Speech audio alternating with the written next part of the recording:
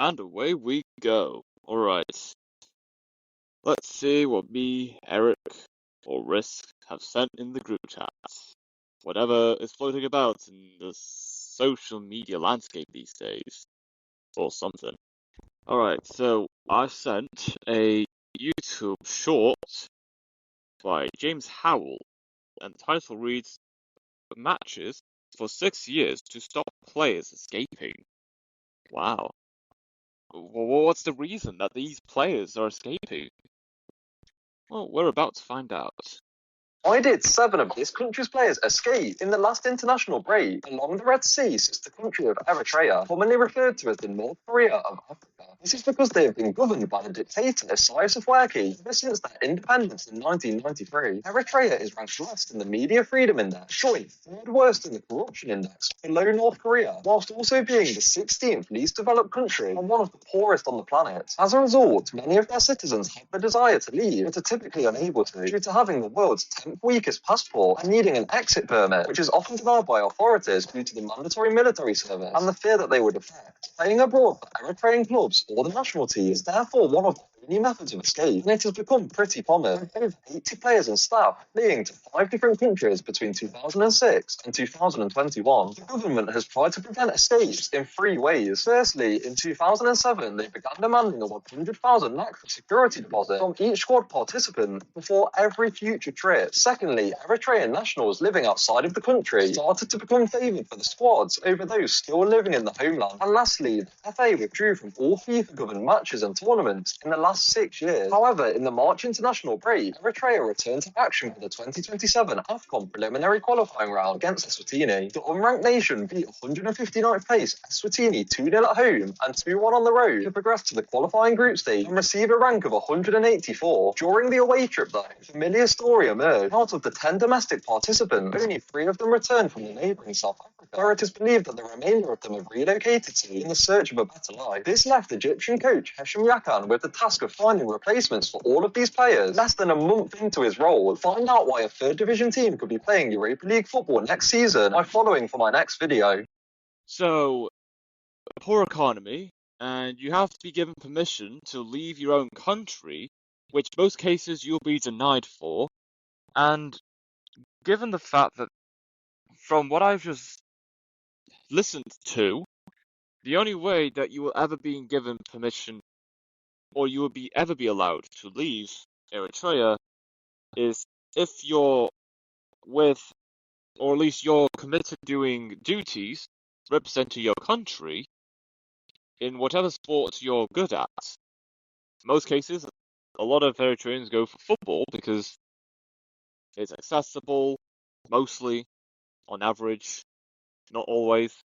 However, yeah, so just to put it out there, to make the points that I want to make, honestly, I don't blame the Eritrean international players. Not that they should ditch their own country for someone else, or yeah, don't. I wouldn't say ditch your own country. Yet, if the circumstances living in such a country that is not just corrupt, has a very poor economy, and the country literally currently ran under a dictatorship, at least a dictatorship that has done little, if not nothing, to improve the circumstances, the state of their country, for who knows how many years since independence. Why wouldn't people just do whatever they can to escape from whatever it is they're doing to find better life in another country?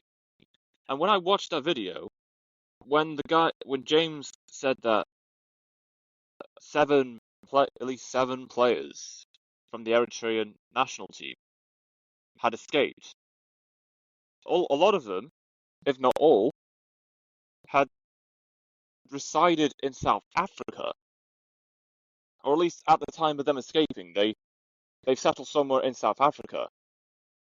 I will not say that South Africa is one of the best nations in Africa. It used to be in the last couple of decades. However, now I've seen lots of social media posts about how South Africa is not doing so good. And I'm not talking about the growth of their GDP. I'm also talking about the state of their infrastructure. I'm talking about the looks of the buildings. There's trash on the streets. And if you go on Google Maps of South Africa, to like 2008, South Africa, wherever you go on Google Maps, it looks beautiful. It's gorgeous.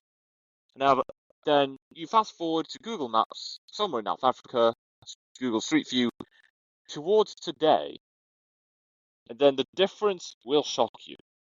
Despite the state of South Africa right now, how people in South Africa right now, from what I've seen from videos and posts about the country, are worse off now than they were a couple decades ago. Yet Eritrean international soccer football players chose South Africa as the country to reside in because they believe, the Eritrean international players, it is in much better condition than their home country, Eritrea. That's how bad of a country you have to be in if you have to choose, of all countries, South Africa, to say this country seems like the best place to me to settle down and have a better life. Even when people in South Africa would argue, nah, mate, this country was much better a couple decades ago than it is right now. And I don't blame South Africans for saying that. They've seen it all. But even if the Eritreans tell these South Africans, well, even if it's bad, it's still better than what's going on in Eritrea. That now, not that there have been Eritrean international players that said this, yet the actions of these players speak louder than the words they'll ever speak about the state of the country. And that says it all. That is all you need to know. Now, I do hope that Eritrea does improve. Even it is very doubtful that any kinds of improvements will ever be made in Eritrea towards the next few years. Again, as much as you should commit to represent your country on the international stage, on the other hand, I don't blame Eritrean international soccer football players for trying to flee from the state of their own home country to find a better life in another country, which, although still has its own problems, if they say that the country they're residing is much better than Eritrea, I think that says more about Eritrea than it does the country which they reside in, even if there are problems that are hard to ignore, and even if there are issues in said country which Eritrean players are currently residing in, there's so much room for that country to improve on. That's what I know. So, yeah, I don't think there's anything else to add to that. I hope that the Eritrean players, they can make a better life for themselves, and hopefully, even though that it's going to be scary for them to be called back on and trying to ensure that these Eritrean players that have fled don't escape the country again, I hope that the Eritrean players do find ways to ensure that their pathway in their lives becomes favourable to them as opposed to their country's governments. And again, I do hope Eritrea does improve, even when it's doubtful that any improvement will ever be made. It's just unfortunate that that's the state of their country to begin with, ever since independence in the 1990s. So yeah, that is all that I would say. And that is most of what's been sent in the group chat as of the last time I recorded a podcast episode. With that all being said, let's get right into the news. Melody moment in Rome. Prime Minister Modi gifts Melody toffees to Giorgia Meloni during his Italy visit. On Wednesday, Italian Prime Minister Giorgia Meloni shared a video showing Prime Minister Narendra Modi gifting her a packet of Parliament Melody toffees in Rome, with both leaders laughing as they identified the treat in unison. Modi arrived in Rome on Tuesday to conclude a five-nation tour, meeting Prime Minister Meloni for dinner and a tour of the Colosseum. The candid moment reignited the viral melody trend coined during the 2024 G7 summit. Poly Products, the Mumbai-based company manufacturing the toffees, joined the online buzz by posting on social media, sweetening relations since 1983. Beyond the light-hearted exchange, the leaders met to strengthen India-Italy ties. Modi said he was looking forward to formal talks on Wednesday to boost the bilateral friendship. The visit also highlighted cultural exchanges when Modi met Italian painter Giampaolo Tomasetti, who presented work on Firenze and noted that Indian music featuring sitar and tabla by Italian artists is becoming popular across Italy. Yep, that's the power of international relations. It's not just the country's leaders strengthening the ties, it's also the culture from the two countries intertwining with one another. And I'm not going to sugarcoat all of this on top of the mishaps and faults that both leaders have had during the time as prime ministers of their respective countries. Not saying there are any problems in Italy or India by Meloni and or Modi respectively. I am aware that when there's good things coming out of relations between world leaders, strengthening ties, and everyone's up in arms with uniting people from both countries together, that's not to say that there aren't problems that could and will go wrong. And again, not saying there will be, or if they are, it's hypothetical. It is a what-if moment, if it was to happen. At least I hope not. So, to end off on this story, good to see that nations are strengthening ties and trying to get along, and intertwining with the cultures. Now, I know someone's going to say, oh, what about the culture? Well, why are you bringing in the third world in, or something like that? I always thinking too much about everything, when it's not actually necessary to think about such stuff. However, yeah, I'm always thinking a lot of the time about a lot of things that, well, I don't know how, yet here we are. So I will end off with this. Great to hear that Modi and Meloni had gotten well together, and the tour around Italy with Modi has gone pretty well, and hopefully more positive relations come from it in the not so distant future.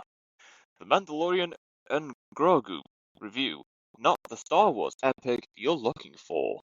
On Friday, May 22nd, Walt Disney Studios Motion Pictures releases The Mandalorian and Grogu, marking the Star Wars franchise's first theatrical film in 7 years.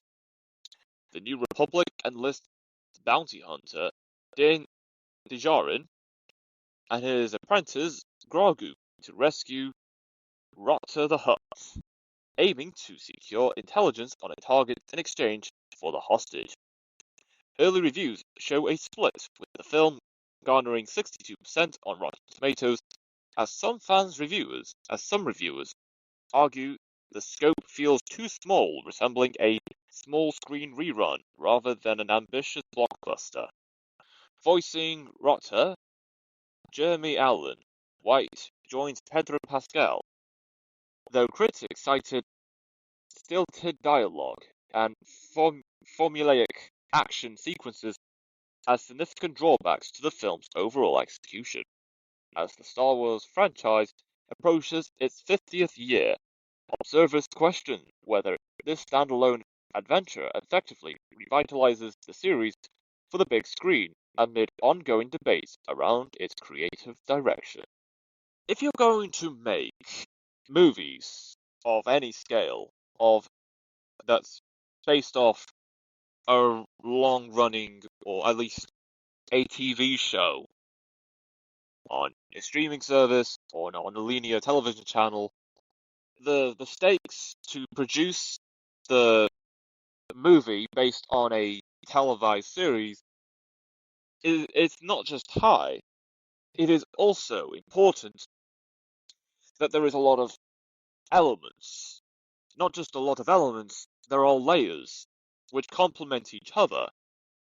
I'm not saying I'm a film expert, nor will I plan on being so, even if I do get more experience on filming in general. All I'm saying is the scale for producing a movie and the scale of producing a TV show are miles apart, or even kilometers upon kilometers apart, upon miles apart. If you cannot get away with producing a movie with the same budget level as it would be for a TV show. The scale it takes to produce a movie is miles ahead of producing a TV show. So, honestly, I'm not surprised that there are reviews are saying that something's off. This feels manufactured. It feels structured. And not in a way that seems slick, it just looks too obvious to my eyes, reviewers would say. Whilst it's important to have a strategy in terms of how you tell a story, it is also important that everything in a story flows through flawlessly and to an extent that people won't even notice that that was even intended for certain moments to be executed so flawlessly and swiftly and even effectively as well.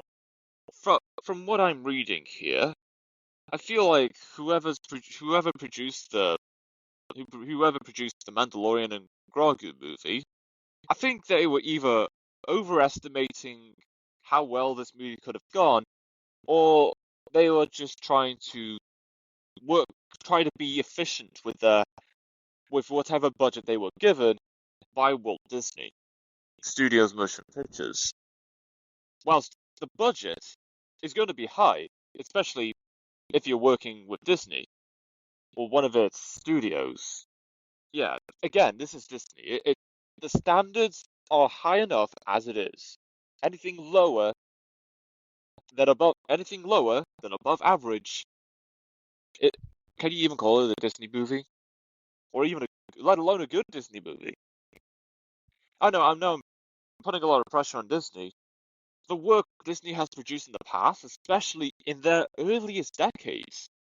To this day, the works in the earlier decades of Disney remain as the most iconic and widely recognized franchises and intellectual properties the world has ever witnessed in their lifetimes. So to go from producing franchises, movies, and shows that has left an everlasting impact to not just us, but to our parents and even grandparents that they would recognize for many, many years, to head towards making a movie that's like, it's good enough. Let's just leave it at that, and producing and using like formulaic mechanics and strategies, which although it's important to have a strategy in storytelling, it just seems too obvious and it just doesn't add up to how the story is being told. Yeah, I was expecting a bit more from Disney, given the works that they have done in the past. And even if Eric or Risk were on here right now, they would argue that Disney's becoming too woke. They're trying to push the LGBTQ plus agenda or narrative. Even that is true, which it is. How well are such characters written? And I've said this many times in many episodes before. I've even said this a couple of years ago, in the earliest days of this podcast. If you're going to introduce or write in characters of a particular ethnicity or someone in the LGBTQ plus community, it's not just enough to show traits of said ethnicity or people group or someone in the LGBTQ plus community. They have to be not just written well, they also have to be relatable to the said people groups which these characters are representing. That's at least my strategy for when it comes to writing characters for a movie or TV show. Don't write these characters in for the sake of representation. You got to show what these characters are genuinely like. How could they relate to people of said people group? And also, are they also enjoyable for viewers that aren't part of said people group, community, ethnicity, or another thing? That's just me. And it is worth noting, nonetheless. Stephen Colbert prepares for final broadcast as CBS retires The Late Show. On Thursday, May 21st, 2026, The Late Show with Stephen Colbert will air its final episode, concluding an 11-year run on CBS.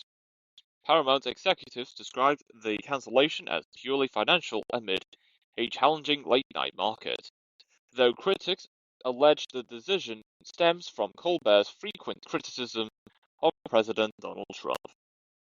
Starting Friday, comics unreleased by Brian Allen will occupy the 11:35 p.m. US Eastern Time slot, offering comedy that generally avoids the political satire characteristics of Colbert's production. Colbert's final week features guests including Bruce Springsteen and Steven Spielberg, while peers like John Oliver and David Letterman have publicly praised the host as the institution ends. Well, I will say, although I don't watch much of late-night talk shows, let alone Stephen Colbert, and even when there are going to be people that will disagree with Stephen Colbert's views on, well, not just politics, but anything else in general, I believe it is worth having put up shows where there's going to be discussions of topics that not many people are going to know about. And I'm not just talking about how the Trump administration attempted to cancel Stephen Colbert forcibly, which I believe shouldn't have happened to begin with, even if Stephen Colbert has crossed some lines in terms to his criticisms of anything related to politics. To cancel something purely based on sensitive topics and views of said sensitive topics, it seems overreactionary and quite childish in my opinion.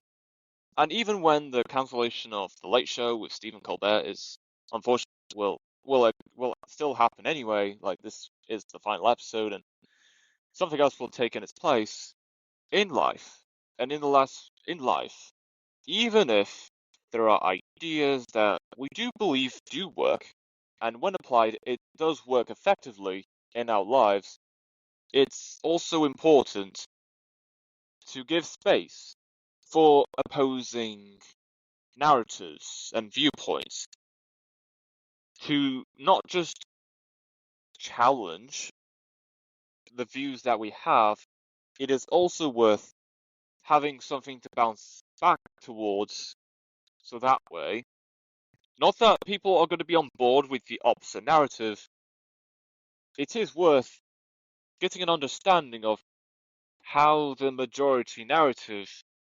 handles any form of opposition, and what arguments that the majority narrative would make to say that what they're doing still works today, even if there are problems that still go on.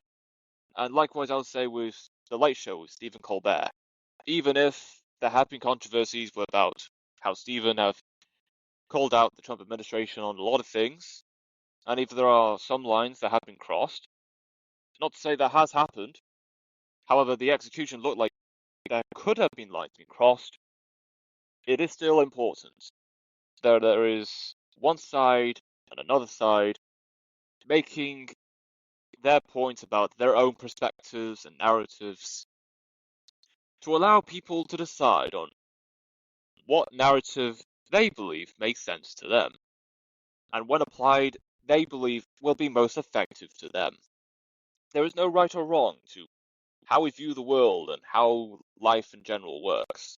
Any attempts to shut down or eliminate your opposition is an elimination for any challenge for ideas that you plan on promoting and applying it into your life.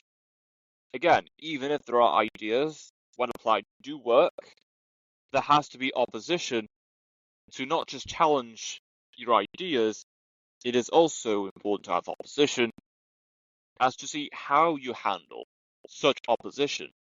And then after making the points that has to be made, let the majority of people viewing the spectacle to make choices or decisions based off what they've heard and allow them to decide for themselves how they want to go ahead with life based on what they have heard in the current landscape.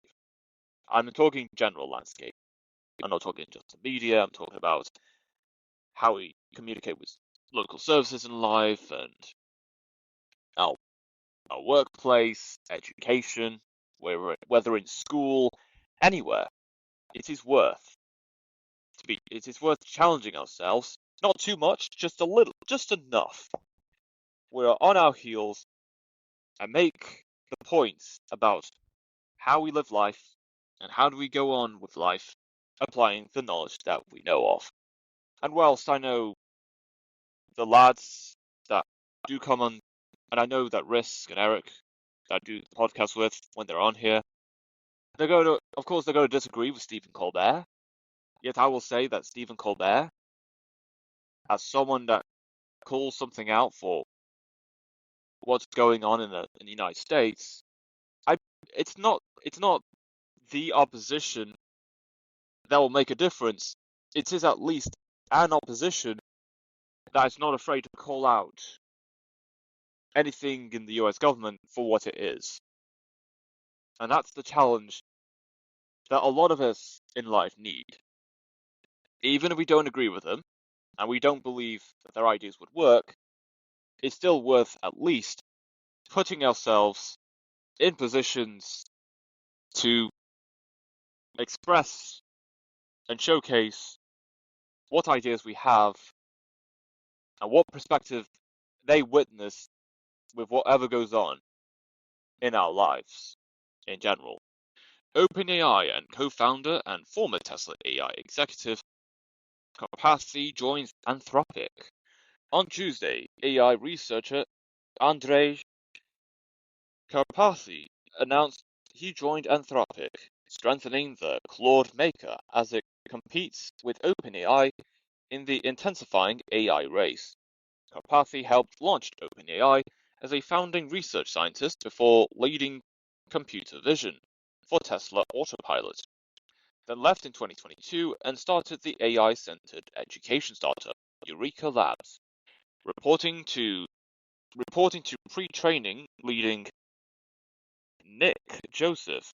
Karpathy will build a team using Claude to accelerate pre-training research, which involves large-scale training runs providing models core knowledge and capabilities. Tapping Karpathy signals Anthropic's commitment to AI-assisted development over pure compute power as it intensifies rivalry with OpenAI. I think the next few years at the frontier of LLMs will be especially formative, Karpathy wrote. Separately, Anthropic hired cybersecurity veteran Chris Rolfe to join its Frontier Red team, which stress tests advanced models. Rolfe previously worked at Meta and Georgetown's Center for Security and Emerging Technology. Okay, I'm liking to hear that Karpathy isn't focused on pure compute power and more committed with just the development of artificial intelligence in general, personally, I don't get why it's so important to improve on computing power, especially if it means higher energy consumption from the so-called data centers that are being built somewhere in the world. And even the construction of data centers in question as a whole, that's a discussion for another time, which, again, in itself, why? Why do you need that many data centers? So, back to Karpathy and his works that he's going to do at Anthropic. I'll say it's a good start. It's not going to be a drastic change or difference. I'm not going to say it's revolutionary. That will make major headlines internationally. At least there isn't much topic or discussions around OpenAI or ChatGPT as it used to be in the last few years. It is great to see that there are other AI chatbots and language models that are getting as much or if not more attention than OpenAI, the company that started the discussions of artificial intelligence to begin with, or at least AI as we know it today. So it's great to see that there is a change of names in the space, as well as further development that is efficient as it is effective, and vice versa. I think in terms of AI, I care more about the efficiency than the effectiveness, especially with energy consumption. Because as we all know, there is a lot of talk about how much energy artificial intelligence is consuming. Hence why people are saying we should build data centers. Which, again, I know that's a separate discussion for another time. Why need so many? Can you not just build high rises or skyscrapers to fit all of these data capabilities all in one area, one small land area, in a tall tower instead of just a massive warehouse? If it's even a warehouse to begin with. Well, let's see how it goes with Anthropic. And that is it for the episode.